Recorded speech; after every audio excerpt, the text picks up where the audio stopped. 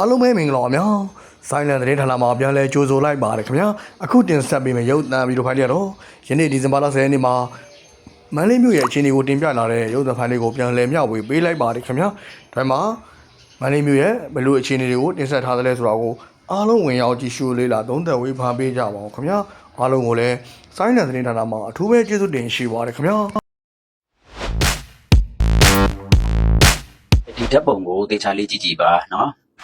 ်ဒီဓာတ်ပုံကပြောမယ်ဆိုလို့ရှင်မန္တလေးမြို့ဘူတာယုံကြီးပဲဖြစ်ပါတယ်နော်ကြည့်ကြည့်ပါဒါမြို့ဆိုရင်ဘို့အချက်ကြတဲ့နေရာလို့လည်းပြောလို့ရပါတယ်ပေါ့နော်ဒါဆိုလို့ရှင်ဒါလမ်း30နော်ခုဖြူနဲ့ဘူတာယုံနဲ့ဒါလမ်းတဲ့လမ်း30ဖြစ်ပါတယ်နော်ဆိုတော့ဒီဘက်မှာဆိုလို့ရှင်98 96ဒီတော့ဝိုင်ပြီးရင်ဒီဘက်ဘေးမှာဆိုလို့ရှင်လည်းပြောမယ်ဆိုရင်ဒါပြည်သူစေယုံကြီးရှိပါတယ်အလွန်အင်မတန်မှကိုဒါကဟိုလူစီကားတဲ့နေရာဖြစ်ပါတယ်နော်ဒါပေမဲ့လည်းကြည့်ကြည့်ပါခုခါတိုင်းပုံမှန်နေတယ်ဆိုရင်ဒီလမ်းတွေအပြည့်ပဲလမ်းသွားလမ်းလာတွေဘေးကဆိုင်နေနော်အဲ့လိုမျိုးဒီခရီးသွားကားတွေပါတယ်ပေါ့နော်အပြည့်ဖြစ်ပါတယ်ဒါဒီနေ့ကတော့ဒါပြီးတဲ့အတိုင်း silent strike ပေါ့နော်အတန်တိတ်တပိတ်နေ့ဖြစ်ပါတယ်ဒီဇင်ဘာ10ရက်နေ့ဒါမန္တလေးမြို့သူမြို့သားတွေမန္တလေးပြည်သူပြည်သားတွေတက္ကသိုလ်မှာဒါပါဝင်ပူပေါင်းဆောင်ရွက်ခြင်းဆိုတာဒါတက်တယ်ပဲမင်းအောင်လည်းအာဏာရှင်ထောက်မခံဘူးup to ရောင် fake election ကိုလက်မခံဘူးဆိုတာကိုဒါဒီတပ်ပုံကတက်တယ်ပါပဲနော်ဟုတ်လားမန္တလေးသားတွေဘယ်လောက်ချစ်ဖို့ကောင်းလဲမန္တလေးမြို့သူတွေဘယ်လောက်ချစ်ဖို့ကောင်းလဲပြည်သူတွေဘယ်လောက်စိတ်သက်မိုက်လဲဒါတက်သေးပါပဲဟုတ်လားဆိုတော့ဟိုဒီနေရာမှာလည်းဒါမင်းအောင်လိုင်းကဘာလုပ်လဲဆိုတော့နော်ဟိုချောတိုင်းတက်တဲ့ဟာတွေတဲ့လူပဲပြင်လုံချုံရေးတွေတင်းကျပ်တယ်တဲ့နော်နောက်ပြီးတော့ဘောလုံးပြိုင်ပွဲတွေပါတွေရှောက်ပြီးတော့လူစီအောင်လို့ပဲလုံနေတယ်တကယ်တောက်ချက်မဲ့သွားတယ်နော်ဆိုတော့ဒါကြောင့်မလို့ပေါ့နော်ဟိုဒီဗီဒီယိုဖိုင်မှာတော့မပြောတာလည်းကြားပြီပေါ့နော်ဘာပြောချင်တာလဲဆိုတော့ဟိုမင်းအောင်လိုင်းအတွက်စစ်သားတွေပေါ့နော်ဒီဗီဒီယိုဖိုင်အများစုကြည့်တာကတော့ကျွန်တော်တို့ဘောမတွေအများစုကြည့်ပါတယ်ဟုတ်တယ်နော်မင်းတို့စစ်တပ်ထောက်ခံနေဆိုပြီးမှဟုတ်လားငါတို့လက်စစ်သားတွေကိုချက်တာပဲနိုင်ငံတစ်ခုမှာတက်မတော်လိုအပ်တယ်လေဒါပေမဲ့လည်းတို့နိုင်ငံတက်မတော်ကြီးကပြောမယ်ဆိုရင်အမေရိကန်နဲ့လက်ချင်မှမတန်းနိုင်ဘူးအမေရိကန်ဆိုမထားနဲ့ဒီအာရှတိုက်ကဘာမဟုတ်တဲ့ထိုင်းလောက်ဘာညာအဆင့်ကမရှိဘူးနော်ဟိုကြီးကျယ်ကြီးအမေရိကန်နဲ့နှိုင်းနေပြောတာပေါ့ဘာပဲဖြစ်ကွာစစ်သားဆိုလက်နဲ့ချင်းရှင်နိုင်မယ်လေအဲ့လိုလောအဲ့လိုကြမလုံးနိုင်ဘူးဟုတ်လားတက်မတော်သားတွေဆိုနေတင်သေနေအပုံလိုက်ဆွဲနေဗီဒီယိုဖိုင်တွေကြည့်ကြည့်တယ်မှာနော်မကြည့်ရင်အမှန်ကတင်ပေးထားတယ် Facebook မှာသွားကြည့်လို့ရဟုတ်ပြီနော်အပုံလိုက်ဆွဲလို့နော်အဲ့အရာတွေကမင်းအွန်လိုင်းအမျိုးတွေသားသမီးတွေတွေးသားတွေနော်တယောက်မှမပါပါဘူးမင်းတို့တွေလည်းမအားကြပါနဲ့လူငယ်တွေနော်ဟုတ်လားမင်းအွန်လိုင်းသူ့အသက်ကိုရှေ့ဖို့အသက်ကိုဆွတ်ဆန်ဖို့အတွက်နော်မင်းတို့ရဲ့အသက်တွေတတိုင်းလောက်ခိုင်းတာကိုချင်းပြန်တက်နေရတာတေချာလေးနဲ့အားလုံးတွေးသေးချင်ပါတယ်ဘောမတွေနော်မင်းတို့နော်မင်းအွန်လိုင်းကထိုင်ရနေအမိန်ပေးတယ်စစ်ဖို့ချုပ်တဲ့ထိုင်ရလှုပ်ဆောင်တယ်ဘောမတွေကထိုင်ရနေမြောက်ပေးတယ်သေတာဘာမှအပြစ်မရှိတဲ့လူတွေဒီမင်းအွန်လိုင်းအာဏာရဖို့အတွက်သိပေးနေသူတို့ကလည်းလေဒီလောက်လေးအသိဉာဏ်လေးနည်းနည်းပါးကိုမရှိဘူးဘယ်လိုလဲမသိဘူးနော်အမိတ်ပေးတိုင်းလို့အမိတ်ကြီးရွန်တရားကြီးကိုကောင်းတယ်ဒီလေကျွန်တော်မြန်မာနိုင်ငံအတွက်လေအမိတ်ကအလွဲသုံးသားလုံးတာခုကြည့်ပါလဲ BG episode ချစ်သူတို့ခုပလောင်နေတော့ဟုတ်လားဒီလက်နက်ကင်နေသူကအများနဲ့မတ်တောင်သားတွေဆိုတော့အမိတ်နဲ့လောရတာအမိတ်ဆိုတာတခုကဟိုကောင်းတဲ့အမိတ်လားနိုင်ငံအတွက်လားဘယ်သူအတွက်လဲအဲ့လောက်မှအသိဉာဏ်မရှိအဲ့လိုအသိဉာဏ်ရှိဖို့ဆိုရင်လေကိုယ် training လုပ်ကြတဲ့လေ့ကျင့်ရေးတွေမှာကြတဲ့သင်တန်းဆရာတွေကအခုကျွန်တော်ကသင်တန်းဆရာမိပြပေါ်ထားပါတော့ဟုတ်ပြီကျွန်တော်က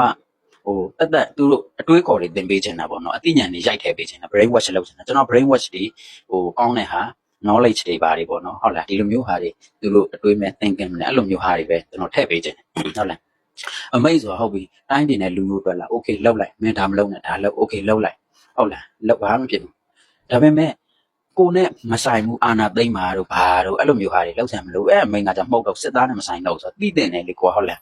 းနော်ခုကြတော့သူကမသိပါဘူးဒီ DSA ဟိုတွားပြီးသင်ကြတဲ့ကွာအเจ้าမှာကာကြီးခါဝေး ABCD သင်ပေးလိုက်တယ်သင်ပေးပြီးတော့နောက်တစ်ဆက်လက်ပြီးတော့ DSA သင်နဲ့တက်လိုက်တယ်တက်တဲ့ရွယ်ချက်ကပိုက်ဆံရဖို့ပို့လို့ပို့အာနာသိမ့်ဖို့အများကိုပြည်သူတွေကိုယူနီဖောင်းဝတ်ပြီးတော့ဟဲ့အောင်နေ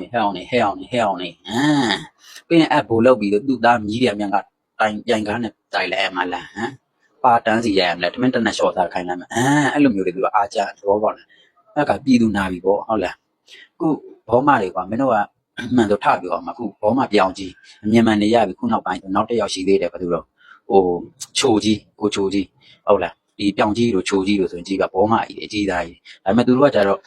့ဟိုပြောမယ်ဆိုပြပမှာနေတဲ့ခါကျတော့ဘာဖြစ်လဲဆိုတော့ပြပနေတဲ့ခါကျအမြင်ကျတာပေါ့သူတို့ဘယ်လိုတွေလဲဟုတ်လားပြည်တွင်းကကြတော့နောက်တစ်ခုကသူတို့အမှန်သိလဲပဲထုတ်ပြောလို့မရဘူးဟုတ်လားခု ဘောမတွေကြော်မျိုးမင်းတို့တောင်တစ်ခါလေးဆိုရင်မင်းအောင်လိုင်ကိုပြောချင်တယ်ဒါပေမဲ့ပြောချင်တဲ့စကားတွေကိုကထုတ်ပြောလို့မရဘူးပြောလိုက်မှဆိုအန်းခံထိမှလေနော်အဲ့လိုမျိုးကြီးပြောနေရတဲ့ပိုးကဟုတ်လားတစ်ဖက်သက်ပဲမင်းအောင်လိုင်ကောင်းတာပြောဒီဘက်ကမကောင်းတာပြောတေးကြတာတစ်ခုကဟိုမင်းတို့တွေပေါ့နော်စဉ်းစားပါမင်းတို့ကောင်လည်းခုဒါမျိုးအောက်ကလိုက်ရနေဘောမတွေဆိုလည်းမင်းတို့လည်းမသေးဘူးလေမင်းတို့အကိုမောင်တွေလည်းမသေးဘူးလေဟုတ်လားငါပြောတာ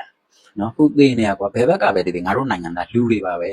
ဟုတ်လားလူတွေတည်သွားတဲ့သူတွေငါတို့တော်လိုင်းဖွဲ့တွေဆိုတာလေအာနာရှင်ကိုမချိုက်လို့တော်လိုင်းနဲ့ပေးဆက်ပြီးတည်ဆောင်ပေးရတယ်မင်းတို့ဘက်ကကြတော့လေဟိုမင်းအောင်လိုင်အာနာရဖို့အဖြစ်ရှင်းလေးစစ်တပ်တစ်ခုလုံးအာနာသိမ်းတာမဟုတ်လေမင်းအောင်လိုင်တယောက်ပဲလေမင်းအောင်လိုင်ကအာနာမသိမ်းမှုဆိုရင်လည်းဘာဖြစ်လဲဟိုဘယ်သူမှသိမ်းမှာမဟုတ်တယ်မင်းအောင်လိုင်ကသိမ်းဆိုသိမ်းတယ်မင်းအောင်လိုင်ရဲ့စောက်ပါဇက်ကထွက်တဲ့ဟာတစ်လုံးတိုင်းလိုက်လှုပ်ဆောင်နေတယ်လူတွေလည်းနော်ဘလို့အားလို့အာမန်တွေတကယ်ပါပဲနော်မဟုတ်ပါဘူးသူများတွေအားတယ်တုံးတယ်ဆိုထားပါအောင်တော့ဘာမှဖြစ်ဘူးသူတယောက်ထက်ခံရတယ်သူ့အိတ်တိုင်နဲ့ခံရမယ်ကိစ္စဒါပေမဲ့တိုင်းပြည်တစ်ခုလုံးကြီးခံရမယ်ဒုက္ခခံရမယ်ဟာကြီးလောက်အားရကြတော့မမိုက်တော့ဘူးလေကွာငါပြောတယ်သဘောပေါက်လားနော်ဟုတ်လားလူတူတယောက်အကြိုက်တော့သူခံလိုက်မယ်နောက်ဆုံးအဆင့်သူ့မိသားစုဝန်နေရလိမ့်မယ်ဒုက္ခပေးရလိမ့်မယ်ဒီတအိမ်သာပဲသူ့အမျိုးနောက်ဆုံးဒ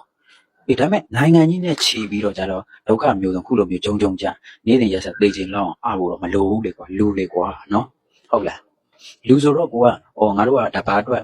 စက်တိုင်နေရလဲသိရတော့မယ်လေတခြားနိုင်ငံနဲ့တခြားနိုင်ငံတိုက်လိုက်အဲ့လိုကြမင်းအောင်လိုက်မင်းတို့ဟိုဥဆောင်နေတဲ့ခွေးကြုံအေးလို့မင်းအောင်လိုက်တစ်ချက်ကြည့်လိုက်စမ်းပါဦးမင်းတရုတ်ဆိုလည်းဖင်ပေးပေါင်းတာပဲရုရှားဆိုလည်းဖင်ပေးပေါင်းမင်းထိုင်းပဲဖြစ်အိန္ဒိယပဲဖြစ်ဒီနဲ့ဘင်္ဂလားဒေ့ရှ်ပဲပြောမလေးရှားပဲပြောမင်းဘာကိုကြိုက်တဲ့ဟာကိုပြောဟမ်ဂျင်မောင်တန်းနိုင်လားမင်းဘာမဟုတ်လူဦးရေဘလောက်မှမရှိတဲ့ဘယ်လာတော့နိုင်ငံကကောင်းပဲပြောခါနာမင်းရုရှားအုပ်ချုပ်ရေးမှုအဆင့်လောက်ဆိုရင်လည်းငါတက်တာတွေပေါင်းပေးနေရတဲ့အဆင့်ဟမ်မလို့လေကိုကစစ်သားတော့ကာကွယ်ဦးစီးချုပ်အမေရိကန်နဲ့ရှင်မောင်တန်းတယ်အောင်လောက်မှာဟုတ်တာပါကာကွယ်ဦးစီးချုပ်ဆိုတာအဲ့လိုစိတ်ဓာတ်တော့တိုင်းပြည်ချစ်တဲ့စိတ်တော့မရှိဘူးပို့ကြောအောင်ဆန်းလို့ဂျပန်နဲ့အင်္ဂလိပ်ချစ်တော်နိုင်မယ်ဒီလိုမျိုးစိတ်ဓာတ်မရှိဘဲနဲ့ဂျပန်နေလောက်တဲ့ပုံစံမျိုးရောမရင်းချင်းမီရှို့သားပြပုံကျဲနဲ့မိတ်ဆက်ပတ်နော်အဲ့လိုမျိုးတွေလောက်ကူစင်ရဲခုလက်ဒီမှာအမြင်ပဲနော်လက်မခံဘူးအဲ့တော့တိပေါ်ကွာမင်းတို့စစ်သားတွေမင်းအောင်လိုင်းတော့သူအာနာရဖို့မင်းတို့ခိုင်းနေမှာပဲအမိတ်မဟုတ်တော့ဘူးအဲ့ဟာကိုကျိုးတော့ခိုင်းတာကြေးစားတွေဖြစ်ပြီးမင်းတို့ပိုက်ဆိုင်လည်းမရဘူးရှေ့တန်းထွက်နေမသိမချင်းနောက်တန်းရဲမေလည်းခင်ဗျားတို့နားချစမ်းမှာကျွန်တော်တို့နိုင်ငံကိုကြည့်တင်တယ်နော်ဟုတ်လားကျွန်တော်ညီကုန်းချုပ်နေနဲ့ပြောချင်ပါတယ်စစ်သားတွေအလင်းဝင်မှာမင်းအောင်လိုက်ခိုင်းနိုင်မလုပ်ပါနဲ့အမှန်ဆိုစစ်ဖို့ချုပ်လို့ပြန်ဖမ်းပါနော်အားလုံးအမြင်မဲ့ဒီမှာမင်းတို့စစ်သားဆိုလဲမန္တလေးကစစ်သားတွေရှိမှာပါမင်းတို့မန္တလေးမျိုးသိပါတယ်ခါတိုင်းဆိုဒီလမ်းတွေဘယ်လိုမျိုးဆိုတော့မင်းတို့သိမှာပဲဟုတ်တယ်မလားငါပြောတာအဲ့လေခုလူမရှိဘူးလေအဲ့ဒါပြည်သူမထောက်ခံဘူးမင်းတို့သိရောပေါ့စဉ်းစားပေါ့ဟုတ်လားနော်ဘောမတွေစစ်သားတွေနားချပါအလင်းဝင်အောင်ပါညာနော်ဟုတ်လားနော်သိမြောက်မပေးနဲ့လို့ပြောရနေပဲဒီလောက်ပဲအမြင်ရှိကြအဲ့ဒါမှတနိုင်ငံလုံးချမ်းသာမယ်လွတ်မြောက်မယ်မသေးတော့မှလို့ပြောရနေပဲဒီလောက်ပါတိုင်းရင်းသားတွေကဗမာတွေကိုဘာလို့မုန်းတာလဲတဲ့တစ်ချက်လောက်ဖြေပေးကြည့်ပါဦးโอเคနံပါတ်1ချက်မဖြေခင်မှာဘာပြောချင်တာလဲဆိုဒီမေးခွန်းကိုတိုင်းရင်းသားတိုင်းသိချင်လိမ့်မယ်လို့ထင်ပါတယ်တနိုင်ငံလုံးဟုတ်တယ်မလားဟုတ်ပြီနော်ဖြေပြမယ်နံပါတ်1ချက်မနိုင်လို့မုန်းတာတို့မြန်မာနိုင်ငံမှာရှေ့ဘရင်ခက်တွေမှာကတည်းကဒီဗမာတွေကလူအင်အားပိုတောင်းနေပေါ့ကွာပြောနားလဲအောင်ပြောလို့ရှင်အဲ့ခါကျတော့သိမ့်ပလိုက်တယ်တိုင်းရင်းသားတွေအကုန်သိမ်းတာဘောပေါက်လားအဲ့လိုသိမ့်လိုက်တဲ့ခါကျသူတို့ဒါမကြည်နပ်ဘူးပေါ့ကွာနော်အဲ့ဒီအစားခဲ့တာနော်အရင်မင်းတို့မမွေးခင်ကတည်းကစားခဲ့တာဟုတ်လားမင်းတို့လည်းသမိုင်းနေသိမှာပေါ့တိုင်းရင်းသားတွေမင်းတို့ချီကြောက်ရင်နှုတ်မှသမိုင်းနေဆိုရင်အရင်သိချင်ဟုတ်တယ်မသိမှာဟုတ်ပြီနော်ငါပြောတာစော်ကားပြီးပြောတာမဟုတ်ဘူးနော်မင်းတို့ကအဲ့လိုမျိုးအာဃာတအညှို့တေးတွေထားနေတာမင်းတို့နားလဲအောင်ပြောရလို့ရှင်တို့အမေရိကန်ဒီဒုတိယကမ္ဘာစစ်မှာပေါ့နော်ဂျပန်တို့ဒါဂျာမနီတို့ကွာစစ်ရှုံးအဲ့လိုရှုံးတဲ့ခါကျတော့ဟိုအမေရိကန်ရဲ့အော်ဒါကိုပဲနာခံတယ်အမိတ်ကိုပဲနာခံတယ်ဟုတ်လားငါပြောတာဂျပန်နေမကြည်နဲ့ပေါ့အောင်ပါညာအခုချိန်မှာစစ်ဖြစ်ပါမယ်လို့လောက်လားမင်းတို့လိုမျိုးလောက်လားမလောက်ဘူးနော်ဟုတ်လားကွန်ပလိန့်တက်ရှိလားမကြည်နဲ့ချက်တွေပြောရှိလားလူမျိုးဆွဲမယ်ဆိုရင်ပြောတာပေါ့နော်ငါပြောတာကရှင်းလားဟုတ်လားအခုချိန်လက်ရှိချိန်တည်းလေဒါကဘာမှဆိုအမေရိကန်စိုးမိုးထားတယ်ပဲလူမျိုးကြီးဝါဒကျင့်သုံးတယ်ပေါ့မင်းတို့မြန်မာနိုင်ငံမှာခေတ်စားတဲ့စကားလို့ဆိုရင်တို့နော်ဟုတ်လားငါပြောတာအေးပေါ့အမေရိကန်ကဒါလူမျိုးကြီးဝါဒကျင့်သုံးတာပေါ့ကွာကဘာမှဆိုရင်သူပိုက်ဆံကိုပဲသုံးရတယ်ငါတို့ကဗမာဆိုပြီးမှငါတို့ပိုက်ဆံမင်းတို့သုံးပါမင်းတို့ပိုက်ဆံမသုံးပါနဲ့မင်းတို့ငါတို့စကားလိုက်တယ်မဟုတ်မင်းတို့အဲ့လိုကြီးမလုပ်ဘူးငါတို့ကိုယ်တိုင်လည်းဗမာအားလုံးမင်းတို့တိုင်းသားတွေကိုတတ်တာမရှိဘူးပြီးသားအတိတ်တပြုပြင်လို့မရဘူးကွာမင်းကဒါအေးပေါ့တို့လူငယ်ရင်းဆိုတော့လူငယ်စကားလေးအနေနဲ့ထည့်ပြောမယ်နော်ပေါ်တယ်လို့တော့မထင်နဲ့ပေါ့မင်းအစော်တော်ဝင်နဲ့ပြတ်သွားအဲ့ဆောင်နဲ့ပြတ်သွားတော့မင်းဒီချိန်မှာစကားထိုင်ပြောနေခြင်းဘာလို့ကောင်းမှာလဲဟုတ်လားမနေ့ကစားထားတဲ့ထမင်းဒီနေ့ချီးဖြစ်သွားအဲ့ချီကိုချီးကြောက်နှုတ်မယ်ဆိုရင်ရောအဲ့ချီယူပြီးတော့ကြာပြီးအချောက်လန့်ပြီးပြန်နှုတ်မယ်ဆိုရင်နန်းနာပဲအဖတ်တယ်မှာဘယ်ကောင်းမှာတော့ဒီလိုပြောရင်မင်းတို့ကသမိုင်းဆိုတာပြရတယ်မှန်ပါတယ်လက်ခံတယ် ဒါပေမဲ့ဒီလိုမျိုးတွေဒီဟုတ်လားလုံနေမယ်ဆိုရင်ကဘာကြီးဘယ်အေဂျင့်တော့မှလဲငါပြောတာငါအများကြီးမပြောဘူးနော်ဟိုအမှန်တရားလေးတွေထောက်ပြတာဟုတ်လားငါပြောတာအဲ့လိုမျိုးလုံနေမယ်ဆိုရင်ဘယ်ဟုတ်တော့မင်းတို့ဟုတ်ရင်မင်းတို့တိုင်းတဲ့လက်နက်ကင်နေကွာလက်နက်ကင်နေရပဲအရင်ကတည်းကင်နေခုမှမဟုတ်တိုက်ပါလားဘာလို့ဗမာတွေနဲ့ဆွေးနွေးတာတော့ဘာလို့ဗမာတွေနဲ့ဆွေးနွေးတာလဲငါပြောတာဟုတ်လားမင်းတို့တိုင်းသားတွေအကုန်လုံးစုလိုက်လေတစုတစည်းတဲ့အရင်ကတည်းကဒီ20မဟုတ်အရင်ခက်ကတည်းကပြောနေငါပြောတာ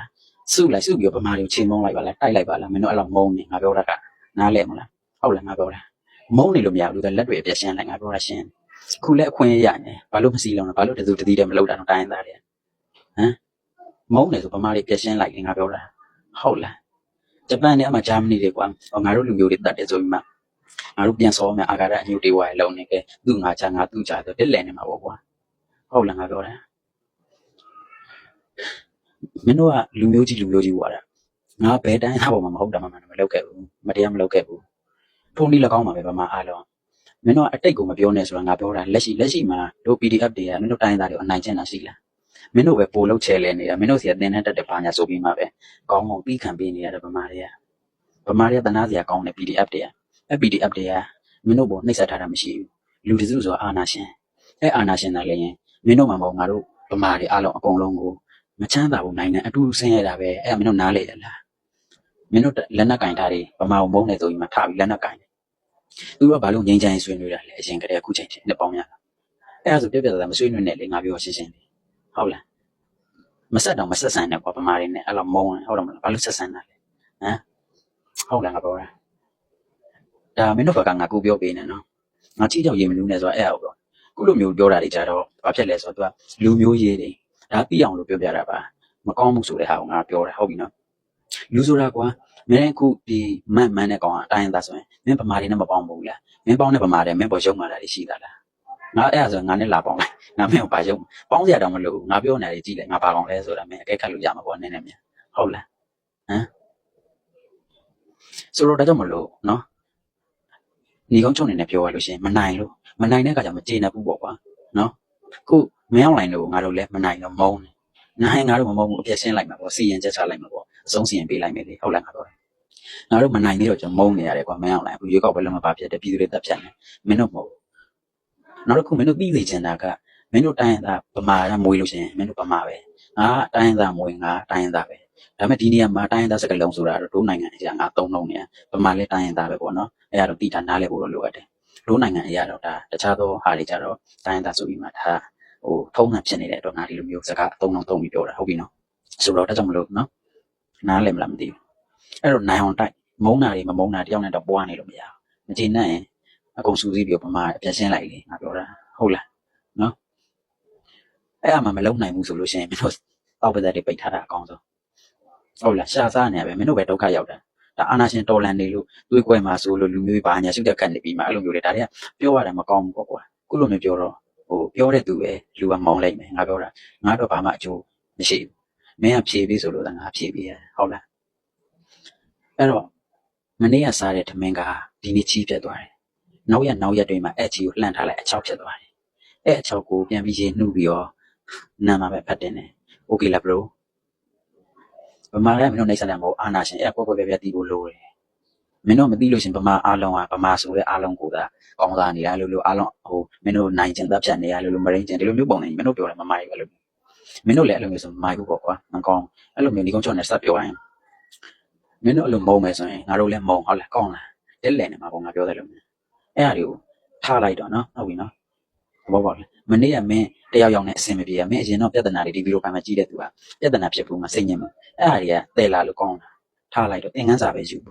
ူဟုတ်လားအဲ့လိုမျိုးလုံနေမင်းငါပြောသလိုပဲမင်းဂျပန်နဲ့ထားပါတော့အမေရိကန်တွေဒါတွေခုကဘာကြီးတိုက်နေအောင်မယ်ခုအစ္စလာမစ်နိုင်ငံတွေရှိပါတယ်အမေရိကန်မုန်းနေတယ်လေအဲ့ကြောင့်မလို့လေအမေရိကန်ကိုအကြမ်းဖက်မှုတွေခဏခဏလုပ်9/11ဖြစ်စင်နေတော့ဟိုမှာပင်လာတယ်တော့ကြည့်လိုက်နော်ဟုတ်လားအစွမ်းမရောက်ဘူးမကောင်းဘူးနော်ကိုယ်ကိုယ်ပြလို့ဟုတ်ပြီနော်ဟုတ်ပါပြီဒီလောက်ပါပဲငါပြောချင်တယ်ဟုတ်ပြီနော်မင်းတို့ကငါမုန်းလို့ပြောတာမဟုတ်မင်းမေးတာငါဖြေပြတယ်ငါဘက်လိုက်ပြီးဖြေရမဟုတ်အမှန်တရားလေးပြောပြမင်းတို့မနိုင်လို့မုန်းတာဒီလောက်ပါပဲ